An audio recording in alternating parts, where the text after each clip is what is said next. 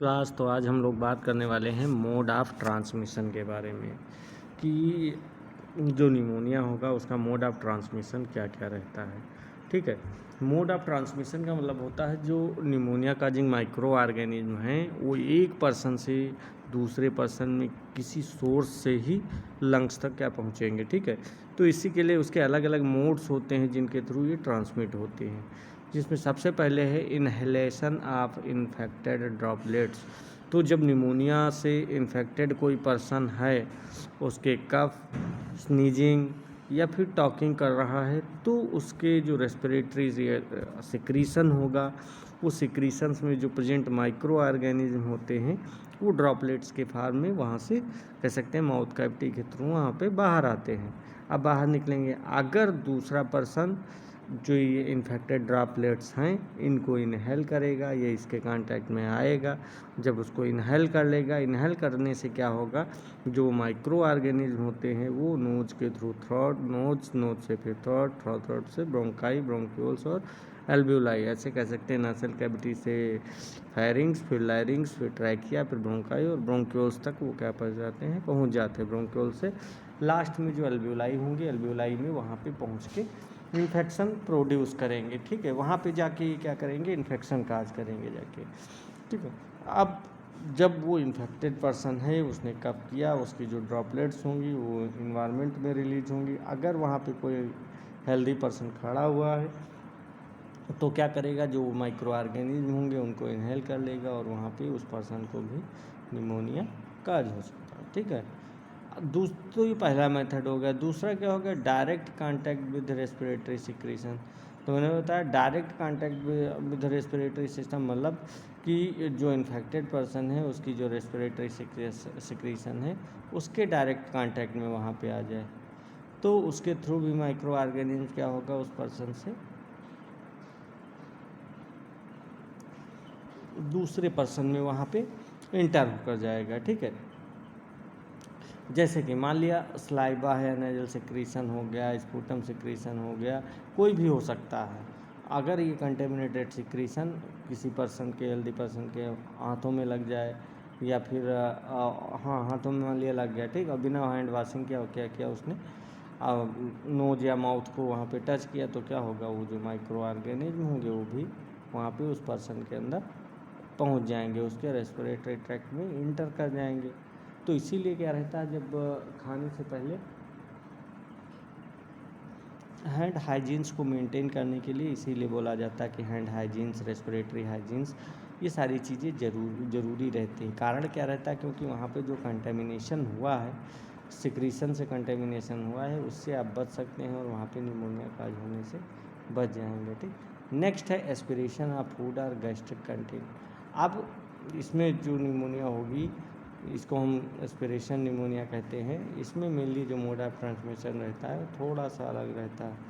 ठीक है, ट्रांसमिशन की जो मैकेनिज्म होगी थोड़ी सी अलग रहेगी, क्योंकि यहाँ पे क्या करते हैं, जो माइक्रो ऑर्गेनिज्म होगा, ठीक है, वो क्या करेगा, किसी दूसरे पर्सन से डायरेक्ट ट्रांसमिशन होने की रिक्वायरमेंट ज़रूरी नहीं होती है। इसमें क्या होता है, अगर कोई फूड पार्टिकल्स है, सलाइवा है, या फिर कोई कह सकते हैं फॉरेन सब्सटेंस है, फॉरेन पार्टिकल्स हैं, फूड पार्टिकल्स हो सकते हैं, कोई भी हो सकता है। ठीक है, तो वो क्या करे जाए, गैस्ट्रिक कंटेंट के बजाय वो कहाँ पे चला जाए, एपिग्लॉटिस, वहाँ पे चला जाए, कहाँ पे, एयरवे पैसेज में, मतलब ईसोफेगस के बजाय वो कहाँ पे चला जाए, ट्रैकिया में चला जाए। अब ट्रैकिया में जब एंटर कर जाएगा तो ट्रैकिया में क्या प्रेजेंट रहती है, एपिथेलियल सेल रहती हैं। ठीक, उसको रिमूव करने की कोशिश करते हैं। ठीक है, लेकिन क्या होगा, जब आप वहाँ पे कह सकते हैं जब एयर वे में चला जाएगा तो उसी को तो वहाँ पे हम क्या कहेंगे, एस्पिरेशन निमोनिया कहेंगे। ठीक है, तो इसमें कारण यही रहता है कि खाते समय जो फॉरेन पार्टिकल कह सकते हैं वहाँ पे फूड पार्टिकल्स होगा, वो हमारे ईसोफेगस में जाने के बजाय, स्टमक में जाने के बजाय कहाँ पे चला जाता है, वहाँ पे जब कह सकते हैं एस्पिरेशन करेंगे तो वो जो फॉरेन सब्सटेंस होगा जब लंग्स में जाएगा, कैसे, ट्रैकिया से ब्रोंकाई, ब्रोंकाई से ब्रोंक्यूल्स, ब्रोंक्यूल से एल्ब्यूलाई, ऐसे वो ट्रांसमिट होता चला जाता है। अब इसमें जो माइक्रो ऑर्गेनिज्म वहाँ प्रेजेंट होंगे फूड के साथ, वो भी वहाँ पे बैक्टीरिया क्या कर जाएंगे, इंटर कर जाएंगे।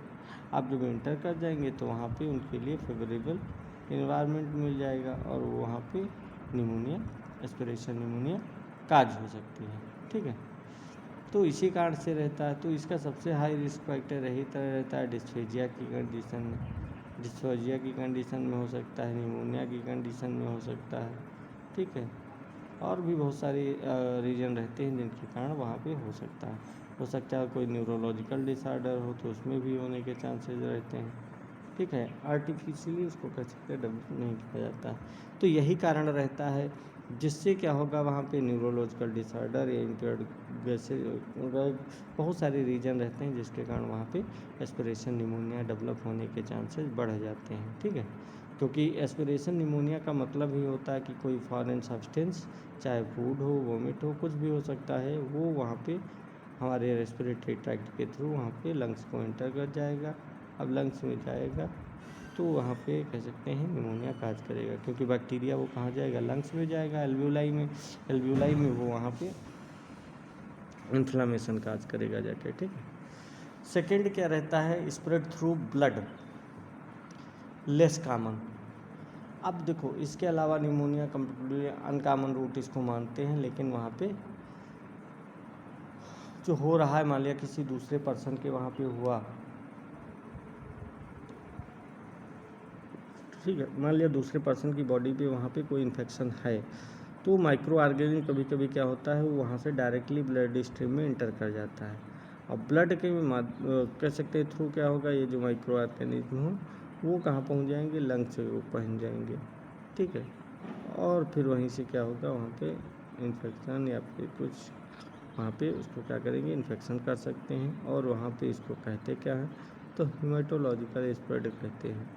ठीक है, तो अगर रूट की बात की जाए तो रूट मोड ऑफ ट्रांसमिशन वो कहाँ से जाएगा, तो वो डायरेक्ट वहाँ पे जो सीवियर सिंथेटिक इन्फेक्शन होगा, ब्लड स्ट्रीम होगा,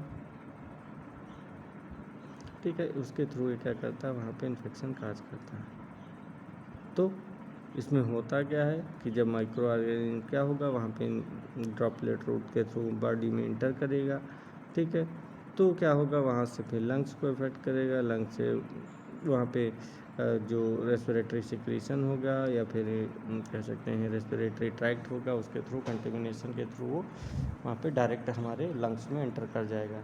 एस्पिरेशन रूट में मैंने बताया था कि वहाँ पे फूड या वोमिट के थ्रू वहाँ पे एंटर करता है हमारी बॉडी के अंदर। ठीक है, तो ये 3-4 मेथड रहते हैं जिनके थ्रू हमारे अंदर बैक्टीरिया इंटर कर सकता है और वहाँ पे निमोनिया काज कर सकता है। ठीक, एस्पिरेशन निमोनिया में क्या रहता है, वहाँ पे जो फूड पार्टिकल्स हो गया, कोई फॉरेन सब्सटेंस हो गया, वो डायरेक्टली इंटर करेगा ट्रैकिया में, इसोफेगस के बजाय कहाँ पे इंटर करता है, ट्रैकिया में इंटर करता है। ठीक, नेक्स्ट हम लोग बात करने वाले हैं साइन एंड सिम्टम्स के बारे में, क्या क्या साइन एंड सिम्टम्स वहाँ पे अपीयर होते हैं। ठीक है, तो सबसे पहले रेस्पिरेटरी सिम्टम्स की बात करते हैं। रेस्पिरेटरी सिम्टम्स कह सकते हैं ऐसे सिम्टम्स होते हैं जो मोस्टली किसको, लंग्स और जो रेस्पिरेटरी सिस्टम होता है उसको इफेक्ट करेंगे। ठीक है, तो इसमें जो निमोनिया में क्या होगा, जो एल्वियोलाई होंगी, एल्वियोलाई में वहाँ पे इन्फ्लामेशन काज होगा। अब जब इन्फ्लामेशन काज होगा तो उसकी वजह से वहाँ पे निमोनिया काज होगी। ठीक है, अब जब निमोनिया काज होगी तो फिर वहाँ पे क्या हो जाएगा, जो वहाँ पे लंग्स है या एल्वियोलाई है वहाँ पे इन्फ्लामेशन होगा, फ्लूइड होगा, इन्फ्लामेटरी एक्सुडेट हो गया, ये सारी चीज़ें वहाँ पे अकोमुलेट होने लगती हैं। ठीक है, अब जब अकोमुलेट हो जाएंगी तो क्या होगा, वहाँ पे प्रॉपर गैसियस एक्सचेंज नहीं हो पाएगा, और गैसियस एक्सचेंज नहीं होगा तो फिर वहाँ पे कह सकते हैं गैसियस हाइपोक्सीमिया की कंडीशन डेवलप होगी, ब्लड में हाइपोक्सीमिया की कंडीशन डेवलप होगी तो क्या होगा, वहाँ पे हाइपोक्सिया की भी कंडीशन डेवलप हो सकती है। ठीक है, तो वहाँ पे बहुत सारे सिम्टम्स अपीयर होंगे, जैसे ब्रीदलेसनेस की कंडीशन हो गया, और कह सकते हैं वहाँ पे हाई स्पूटम हो गया, और कफ रिफ्लेक्सेज हो गए, तो ये सारी चीज़ें वहाँ पे प्रेजेंट रहेंगी। ठीक है, नेक्स्ट हम बात करते हैं अब इसमें क्या क्या है। सबसे पहले प्रोडक्टिव कफ के बारे में। प्रोडक्टिव कफ का मतलब होता है वहाँ पे जो कफ हो गया, कफ के साथ स्पूटम भी आना। ठीक है, तो ये दोनों चीज़ें कफ के साथ स्पूटम बाहर निकलता है, उसको क्या कहते हैं, प्रोडक्टिव कफ कहते हैं। अब न्यूमोनिया में क्या रहता है, बैक्टीरिया ने जब इन्फ्लामेशन काज किया तो क्या करेंगे, इन्फ्लामेटरी जो सेल्स होती हैं वो फ्लूइड और वहाँ पे जो टिश्यू डिब्रीज होती हैं उनके कारण वहाँ पे रेस्पिरेटरी ट्रैक्ट में सिक्रीशन बढ़ जाता है। अब जब सिक्रीशन बढ़ जाएगा तो उसकी वजह से क्या होगा, वहाँ पे जो कफ रिफ्लेक्सेज होते हैं वो वहाँ पे एक्टिवेट हो जाएंगे। अब जब कफ रिफ्लेक्सेज एक्टिवेट होंगे तो पेशेंट को वहाँ पर बार बार कफ आएगी और वहाँ पे स्पूटम बाहर निकल जाएगा। ठीक है, तो मेनली यही कारण रहता है कि अगर वहाँ पे देखा जैसे इन्फेक्शन होगा, इन्फेक्शन होने के कारण वहाँ पे कह सकते हैं इन्फ्लामेशन काज होगा, इन्फ्लामेशन काज होगा तो फिर वहाँ पे सीरस इंट्रोड्यूस होगा और वहाँ पे निमोनिया काज होगा। ठीक है, तो ये ध्यान रखिए। नेक्स्ट है प्लूरेंट, हाँ प्लूरेंट स्पूटम। तो प्लूरेंट स्पूटम का मतलब हो गया कि वहाँ पे जो पस है, पस के साथ वहाँ पे स्पूटम का फॉर्मेशन है। ठीक है, तो उसको क्या कहेंगे, प्लूरेंट स्पूटम कहेंगे। तो इसमें क्या होता है, मोस्टली जो स्पूटम का कलर होता है कैसा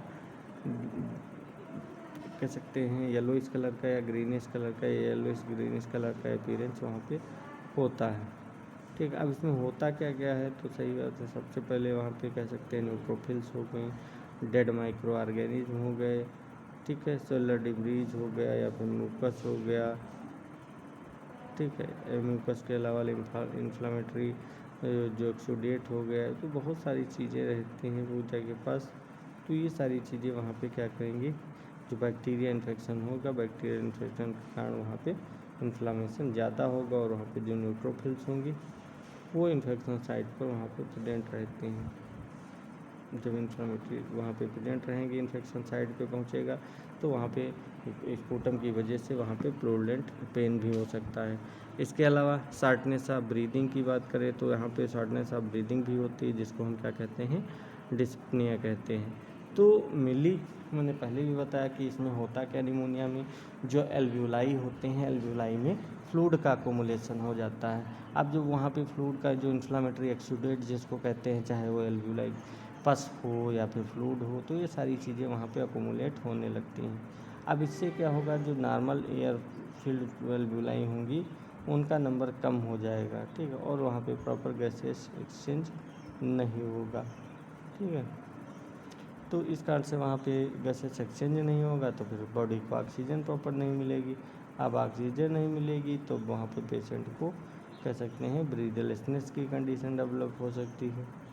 ठीक है, तो ये कारण होता है। और डिसअपनिया मेनली सीवियर किस पे डिपेंड करेगा, उसकी जो निमोनिया कितनी सीवियर है उसकी सीवियरिटी पे डिपेंड करेगा।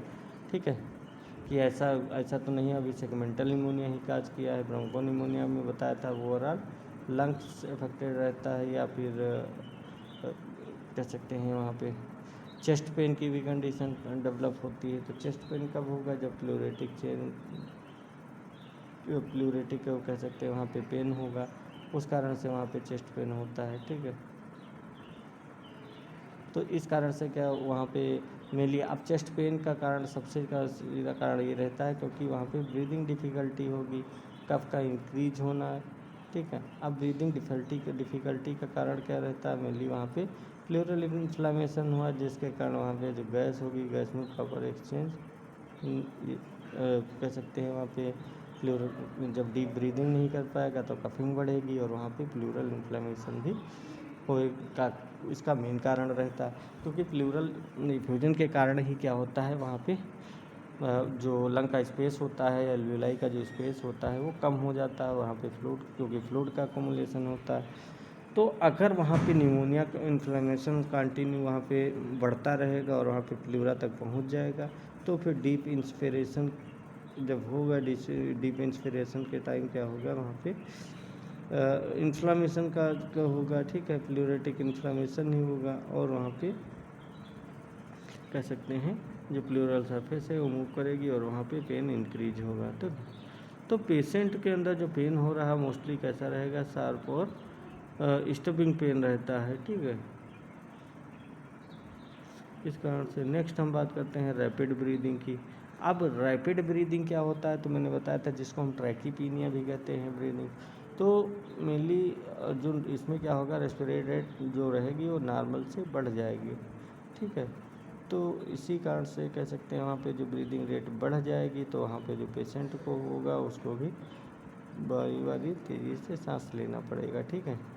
अब यही कारण रहता है क्योंकि वहाँ पे प्रॉपर बॉडी को ऑक्सीजन की रिक्वायरमेंट होती है और प्रॉपर ऑक्सीजन नहीं मिल पाती है।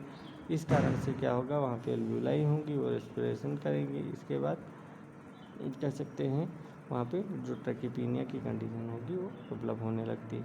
तो मेनली मैंने बताया जो निमोनिया होगी, अगर वहाँ पे एल्वियोलाई में इन्फ्लामेशन हुआ है, फ्लूइड का अकोमुलेशन हुआ है, तो क्या होगा, गैसेस एक्सचेंज प्रॉपर नहीं होगा। जब गैसेस एक्सचेंज नहीं होगा तो उसकी वजह से वहाँ पे कह सकते हैं ऑक्सीजन की डिफिशियंसी होगी। ऑक्सीजन की डिफिशियंसी होगी तो वहाँ पे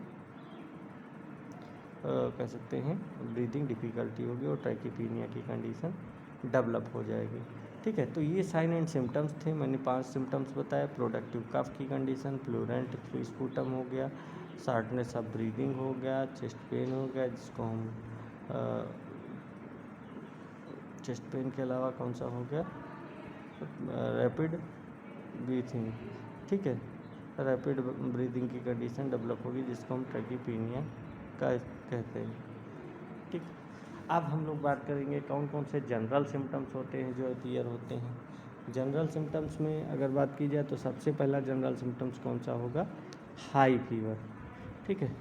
तो जनरल सिम्टम्स मोस्टली क्या रहता है कि और लंग्स में ऐसा नहीं कि जनरल सिम्टम्स लंग्स में ही वहाँ पे सिम्टम्स अपीयर होंगे, लंग्स के अलावा भी ये क्या करेंगे, ओवरऑल जो बॉडी रहेगी, बॉडी में वहाँ पे इन्फेक्शन या इन्फ्लेमेशन रिस्पॉन्स वहाँ पे बता सकते हैं, ठीक है।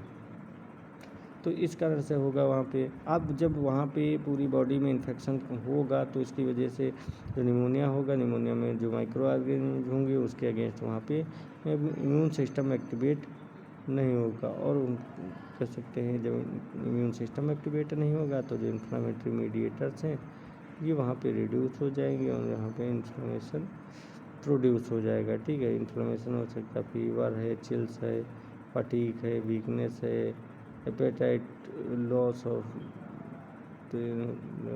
कह सकते हैं वहाँ पे फीवर, एपेटाइट लॉस और स्वेटिंग, ये बहुत सारे सिम्टम्स अपीयर होते हैं, ठीक। अब हम जनरल सिम्टम्स के बारे में एक एक करके बात कर रहे हैं। तो सबसे पहले हाई फीवर की कंडीशन। हाई फीवर में क्या होता है, जो मेनली जब बैक्टीरिया हमारे लंग्स के को इन्फेक्ट करेगा तो जो हमारा इम्यून सिस्टम होता है वो पायरोजेंस और इन्फ्लामेटरी साइटोकाइंस को रिलीज करना स्टार्ट कर देता है। साइटोकाइंस कौन कौन से हो गए, इन्फ्लामेटरी साइटोकाइंस, तो उनको हमने दिया है, ठीक है। मेनली इसमें कह सकते हैं इंटरल्यूकिन हो गया, ठीक है, TNF अल्फा हो गया जिसको हम टिश्यू नेक्रोसिस फैक्टर्स कहते हैं। तो ये क्या होंगे वहाँ पे रिलीज होते हैं, और रिलीज कौन करता है जी, वहाँ पे साइटोकाइंस, वहाँ पे जो हमारी सेल्स रहती हैं, इम्यून सेल्स रहती हैं, वो इसको रिलीज करती हैं। ये क्या करेंगी, ये जो फैक्टर रिलीज होते हैं वहाँ पे, ये क्या करते हैं, वहाँ पे हाइपोथैलेमस के जो टेम्परेचर होता है उसको रेगुलेट करने के लिए रिस्पॉन्सिबल होते हैं। ये क्या करेंगे, टेम्परेचर इंक्रीज कर देंगे बॉडी, जिससे क्या होगा, बॉडी में वहाँ पे फीवर इफेक्ट दिखाई देगा, वहाँ पे फीवर शो होता है, ठीक है। मेनली क्या होता है, जो हमारा थर्मोरेगुलेटरी सेंटर है जिसको हम हाइपोथैलेमस कहते हैं, यहाँ पे जो इसका पॉइंट होता है, कह सकते हैं कांस्टेंट पॉइंट जो रहता है टेम्परेचर का, उसको वहाँ पे बढ़ा देते हैं,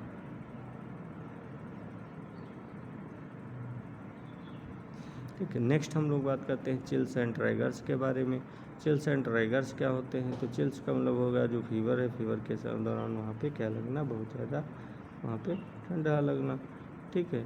तो इसमें भी हम कह सकते हैं जब चिल्स होगा तो फीवर के दौरान होता भी है, मोस्टली चिल्स वहाँ पे फील हो सकता है, ठीक। तो इसमें भी क्या होता है, जब हमारा हाइपोथैलेमस रहेगा, हाइपोथैलेमस वहाँ पे जो हाइपोथैलेमस क्या करेगा, हमारा जो टेम्परेचर का सेट पॉइंट रहता है उसको वहाँ पे बढ़ा देता है। अब जब पॉइंट बढ़ जाएगा तो क्या होगा, बॉडी वहाँ पे करंट टेम्परेचर को कम करना चाहती है, ठीक है। इसीलिए वहाँ पे बॉडी क्या करेगी, हीट को प्रोड्यूस करने लगती है, हीट को बढ़ाने लगती है, जिससे वहाँ पे जब हीट बढ़ने लगेगी और वहाँ पे जो मसल्स की एक्टिविटी होती है वो भी इंक्रीज कर जाती है। ठीक। नेक्स्ट है रैगर्स बताए थे, तो रैगर्स में क्या रहता है, बहुत ही तेज़ी से उसको क्या होना, फीवर आना, कह सकते हैं शिवरिंग होना। रैगर्स का मतलब होता है बहुत ज़्यादा शिवरिंग होना।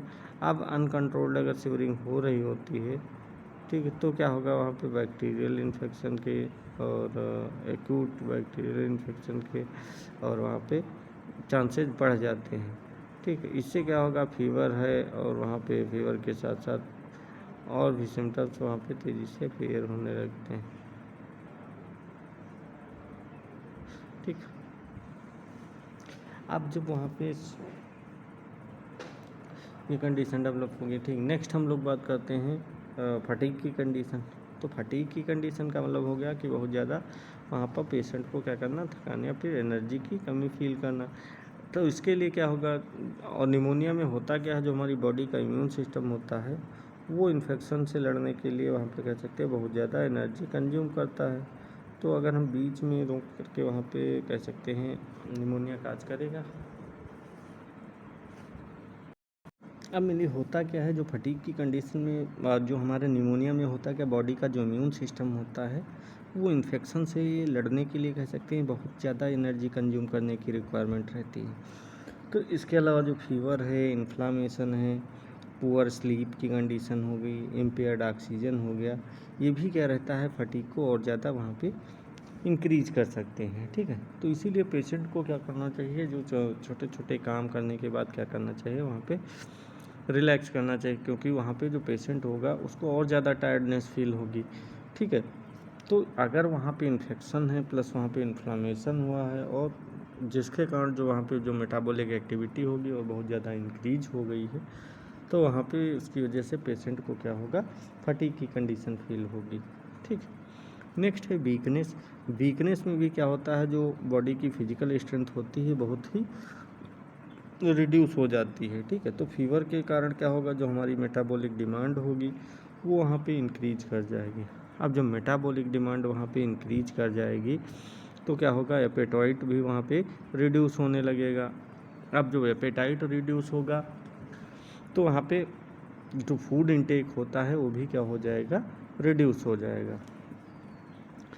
अगर निमोनिया वहाँ पे सीवियर हो गई है तो फिर ऑक्सीजनेशन भी इफेक्ट होगा और वहाँ पे जो मसल्स होंगी उनको प्रॉपर ऑक्सीजन की सप्लाई नहीं मिल पाएगी। अब जब ऑक्सीजन की सप्लाई नहीं मिल पाएगी तो उसके कारण भी वहाँ पे वीकनेस और ज़्यादा बढ़ सकती है। ठीक है, तो इसीलिए क्या होना, जो पेशेंट होगा, पेशेंट को वहाँ पे बेड से भी उठने चलने या फिर डेली एक्टिविटी करने में भी उसको डिफ़िकल्टी होती है।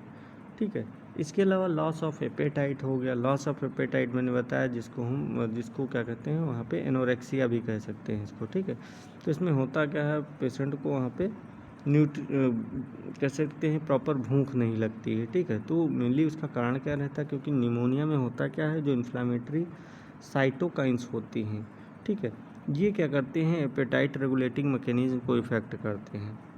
इसके अलावा जो फीवर, वीकनेस और नौजिया हो रहा है या इलनेस है, उसके कारण भी क्या हो गया, पेशेंट को प्रॉपर वहाँ पे एपेटाइट की कंडीशन डेवलप होती है। ठीक है, प्रॉपर वहाँ पे कह सकते हैं भूख नहीं लगती है। ठीक है, अगर पेशेंट लॉन्ग ड्यूरेशन से कह सकते हैं बहुत ज़्यादा टाइम से क्या है वहाँ पे निमोनिया काज है, तो उस कारण से उसको क्या होगा, वहाँ पे न्यूट्रिशनल डिफिशियंसी और वीकनेस वहाँ पे इंक्रीज हो सकती है, क्योंकि वहाँ पे लॉस ऑफ एपेटाइट की प्रॉब्लम है, प्रॉपर उसको भूख नहीं लग रही है। अब जो प्रॉपर वहाँ पे फूड इंटेक अब करेगा नहीं, फूड इंटेक नहीं करेगा, एनर्जी मिलेगी नहीं और वीकनेस वहाँ पे बढ़ जाएगी। ठीक है, कारण क्या रहता है, मैंने बताया था इन्फेक्शन होगा, इन्फेक्शन होने के कारण क्या होगा, वहाँ पे इन्फ्लामेशन होगा, इन्फ्लामेशन से लॉस ऑफ एपेटाइट होगा। ठीक है, नेक्स्ट है स्वेटिंग। अब स्वेटिंग में क्या होता है, जो निमोनिया है, निमोनिया में मेनली फीवर रहता है। अब फीवर में क्या होगा, वहाँ पे स्वेटिंग इंड्यूस हो सकती है। कारण क्या है, क्योंकि जब बॉडी का हाइपोथैलेमिक जो सेट पॉइंट रहता है वो वहाँ पे इंक्रीज हो जाता है। ठीक है, तो उसके कारण वहाँ पे जो होगा क्या, जब इंक्रीज हो जाएगा तो बॉडी का टेम्परेचर वहाँ पे इंक्रीज हो जाता है और जब हाइपोथैलेमिक सेट पॉइंट वापस अपने नॉर्मल कंडीशन में आता है तो बॉडी की जो एक्स्ट्रा हीट होती है वो क्या होगी, बॉडी से रिमूव होने लगेगी। ठीक है, उसको रिमूव करने की रिक्वायरमेंट होती है, इसीलिए क्या होती हैं जो हमारी स्वेट ग्लैंड होती हैं वो एक्टिवेट हो जाएंगी। अब जब स्वेट ग्लैंड एक्टिवेट हो जाएंगी तो वहाँ पे स्वेटिंग भी बहुत ज़्यादा इंड्यूस्ड हो जाएगी। ठीक है, तो इसीलिए जो फीवर रहता है, फीवर अगर वहाँ पे धीरे धीरे रिड्यूस होगा तो उस दौरान क्या होता है, पेशेंट को वहाँ पे बहुत ज़्यादा ही स्वेटिंग होती है। ठीक है, उसका कारण यही रहता है, क्योंकि फीवर होगा तो टेम्परेचर का जो सेट पॉइंट होता है वो इंक्रीज होता है। ठीक है, और जैसे ही फीवर वहाँ पे रिड्यूस होने लगेगा, टेम्परेचर का सेट पॉइंट वहाँ पे फिर से अपने नॉर्मल पॉइंट पे आने लगेगा, और वहाँ पे जो हीट पहले से जनरेट हुई है वो हीट क्या होगी, धीरे धीरे लॉस होने लगेंगी, क्योंकि हीट लॉस मैकेनिज्म वहाँ पे एक्टिवेट हो जाती है। अब हीट लॉस मैकेनिज्म एक्टिवेट होगी तो उसकी वजह से क्या होगा, जो स्वेटिंग होगा वो स्वेटिंग वहाँ पे हमारी जो स्वेट ग्लैंड होंगी वो एक्टिवेट हो जाएंगी बहुत ज़्यादा। अब जब स्वेट ग्लैंड एक्टिवेट हो जाएंगी तो वहाँ पे ज़्यादा से ज़्यादा स्वेटिंग होगी और जो हीट होगी वो बॉडी से वहाँ पे रिमूव हो जाएगी। ठीक है, तो ये तो मैंने इसका जो मैंने 3 तरह के, अगर इसके बात की जाए साइन एंड सिम्टम्स की, तो मैंने बताया कौन कौन से सिम्टम्स। सबसे पहले रेस्पिरेटरी सिम्टम्स बताया।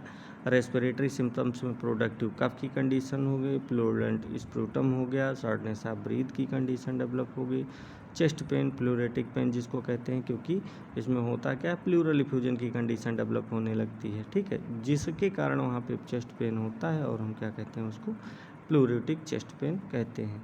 इसके अलावा रैपिड ब्रीदिंग की कंडीशन होती है, क्योंकि वहाँ पे फीवर, बहुत सारी कंडीशन डेवलप होती हैं। इसके अलावा जो एल्वुलाई होंगी, एल्वुलाई का स्पेस भी रिड्यूस हो जाता है, इसलिए वहाँ पे प्रॉपर गैसेस एक्सचेंज हो नहीं पाता और वहाँ पे रैपिड ब्रीदिंग की रिक्वायरमेंट पड़ेगी, क्योंकि ज़्यादा से ज़्यादा जब ब्रीदिंग करेगा तो वहाँ पे ऑक्सीजन की डिफिशियंसी होती है। इस कारण से ज़्यादा ब्रीदिंग करने से वहाँ पे ज़्यादा से ज़्यादा गैसेस एक्सचेंज हो सके, इस कारण से वहाँ पे रैपिड ब्रीदिंग होती है। तो ये सारे रेस्पिरेटरी सिम्टम्स थे। इसके बाद मैंने जनरल सिम्टम्स के बारे में बताया। ठीक है, हाई फीवर हो गया, और चिल्स एंड रैगर्स की कंडीशन हो गई, फटीक हो गया, वीकनेस, लॉस ऑफ एपेटाइट, ठीक है, एनोरेक्सिया जिसको कहते हैं, स्वेटिंग हो गया। तो ये सारी कंडीशन से जनरल सिम्टम्स होते हैं। ठीक है, नेक्स्ट हम बात करते हैं सीवियर सिम्टम्स के बारे में। कौन कौन से सीवियर सिम्टम्स होते हैं, तो सबसे पहले सीवियर सिम्टम्स में साइनोसिस की कंडीशन। अब साइनोसिस की कंडीशन कब डेवलप होगी, तो मैंने बताया था जब क्या होगा, ऑक्सीजन की बहुत ज़्यादा बॉडी में डिफिशियंसी हो जाती है। कारण क्या होता है, क्योंकि जो एल्वुलाई हैं वहाँ पे फ्लूइड का अकोमोलेशन है। ठीक है, इस कारण से प्रॉपर गैसेस एक्सचेंज हो नहीं पाता है और वहाँ पे हाइपोक्सीमिया की कंडीशन डेवलप हो जाती है। तो जब ब्लड में ऑक्सीजन की डिफिशियंसी हो जाएगी तो उसकी वजह से वहाँ पे जो लिप्स हैं, टंग्स हैं, नेल्स हैं, ये सारे वहाँ पे ब्लूइश कलर के दिखाई देने लगते हैं। ठीक है, तो इसी को क्या कहते हैं, हम साइनोसिस कहते हैं। ठीक है, नेक्स्ट है कन्फ्यूजन की कंडीशन। कन्फ्यूजन भी स्पेशली इन एल्डरली पीपल। तो कन्फ्यूजन में मेनली क्या होता है, जो उसका वो अपना प्लेस, टाइम, सिचुएशन या फिर जो वो कह सकते हैं आसपास का इन्वायरमेंट होता है उसको सही से समझ नहीं पाता। ठीक है, कारण क्या है, क्योंकि सीवियर निमोनिया में जब हाइपोक्सीमिया डेवलप होगा, हाइपोक्सीमिया के कारण क्या होगा, ब्रेन को प्रॉपर ऑक्सीजन नहीं मिल पाएगी। अब जब ऑक्सीजन नहीं मिल पाएगी तब, अब इसके अलावा होता क्या है, जो सीवियर इन्फेक्शन होगा उसमें भी सेप्सिस है, फीवर है, मेटाबॉलिक डिस्ट्रीब्यूशन है, डिस्टर्बेंस हो जाता है। ठीक है, तो ये सारी चीज़ें क्या करती हैं, ब्रेन को अफेक्ट करती हैं। ठीक है, आप जो ओल्ड एज पेशेंट होंगे तो उसमें ये मोस्टली कह सकते हैं ये चीज़ें डेवलप होती हैं। तो वहाँ पे कन्फ्यूजन और अल्टर्ड मेंटल स्टेटस, ये सारी चीज़ें वहाँ पे डेवलप होंगी। ठीक है, तो ये सारी चीज़ें होंगी। इसके अलावा नेक्स्ट है लो ब्लड प्रेशर। ठीक, लो ब्लड प्रेशर की कंडीशन में भी यही होता है, हाइपोटेंशन जिसको कहते हैं। तो सीवियर निमोनिया की कंडीशन में एक सीरियस साइन सिम्टम्स हो सकता है लो ब्लड प्रेशर, क्योंकि जो बैक्टीरियल इन्फेक्शन होगा, बैक्टीरियल इन्फेक्शन की वजह से वहाँ पे बहुत ही सीवियर वहाँ पे हो जाती है डिजीज़, और ब्लड स्ट्रीम तक ये बैक्टीरिया वहाँ पे स्प्रेड हो जाते हैं और वहाँ पे सेप्सिस डेवलप करते हैं। सेप्सिस में इन्फ्लामेटरी रिस्पॉन्स के कारण वहाँ पे जो बैक्टीरिया ब्लड वेसल्स होंगी वो डायलेट हो जाएंगी और वहाँ पे जो वैस्कुलर परमेबिलिटी होगी वो भी इंक्रीज हो जाएगी। जब वैस्कुलर परमेबिलिटी इंक्रीज होगी तो वहाँ पे जो इफेक्टिव सर्कुलेटिंग ब्लड वॉल्यूम होगा वो रिड्यूस हो जाएगा। ठीक है, और वहाँ पे ब्लड प्रेशर भी रिड्यूस हो जाएगा। ठीक है। तो कह सकते हैं वहाँ पे हाइपोटेंशन की कंडीशन डेवलप हो सकती है। तो अगर पर्सन हाइपोटेंशन के साथ वहाँ पे आर्गन्स को प्रॉपर ब्लड सप्लाई ना मिले तो वहाँ पे सेप्टिक शॉक की भी कंडीशन डेवलप हो जाती है। ठीक है। नेक्स्ट है रेस्पिरेटरी डिस्ट्रेस की कंडीशन। रेस्पिरेटरी डिस्ट्रेस का मतलब होता है कि पेशेंट को वहाँ पे कह सकते हैं ब्रीदिंग डिफ़िकल्टी बहुत ही ज़्यादा हो रही है। ठीक है। उसकी जो बॉडी है वो ब्रीदिंग को मेंटेन नहीं कर पा रही है, उसको मेंटेन करने के लिए एक्स्ट्रा एफर्ट करना पड़ रहा है। ठीक है। तो ये कंडीशन वहाँ पे बताए थे सीवियर निमोनिया में डेवलप होती है, क्योंकि वहाँ पे ब्रीदिंग डिफ़िकल्टी होती है, क्योंकि गैसेस एक्सचेंज प्रॉपर हो नहीं पाता है। ठीक है। तो इसके कारण पेशेंट की जो रेस्पिरेटरी रेट होगी वो बढ़ जाएगी, और वहाँ पे ब्रीदिंग जो एसेसरी मसल्स रहती हैं उनका भी वहाँ पे ब्रीदिंग में यूज होने लगती हैं। ठीक है। जिससे क्या होगा, वहाँ बहुत ज़्यादा ब्रीदिंग फास्ट हो जाएगी, सीवियर शॉर्टनेस ऑफ ब्रीदिंग की कंडीशन होगी, और एसेसरी मसल्स भी यूज होती हैं। ठीक है। वो भी एसेसरी मसल्स का यूज होगा, और वहाँ पे जो चेस्ट रिएक्शंस हो गए, रिट्रैक्शन की कंडीशन हो गई, लो ऑक्सीजन सेचुरेशन हो गया, और साइनोसिस की कंडीशन भी डेवलप होती है। तो ये सारी कंडीशन डेवलप होने के कारण कभी कभी क्या होता है, रेस्पिरेटरी फेलियर की भी कंडीशन डेवलप होती है, और वहाँ पे जो मैकेनिकल वेंटिलेशन रहता है उसकी रिक्वायरमेंट वहाँ पे बढ़ जाती है। ठीक है। और उसको ऑक्सीजन थेरेपी देना पड़ता है। तो आज इतना ही रखते हैं, बाकी नेक्स्ट क्लास में हम इसकी पैथोफिजियोलॉजी के बारे में बात करेंगे। Okay class.